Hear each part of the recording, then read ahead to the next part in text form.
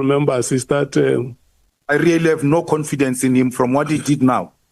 We must change him. I have To argue with us and argue with you in front of cameras, and you allow that. I have restrained the senior counsel, honorable member. So what we should do is to adjourn. The instructions are very clear. Let's correct the statement. We must look, our business is to allow the witness to make a presentation before us. And senior counsel, please help us to have, the witness is here.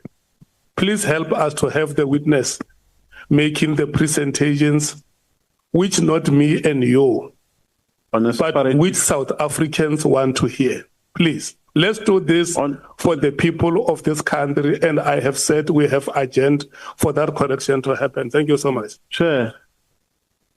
Yeah. The statement has not been signed.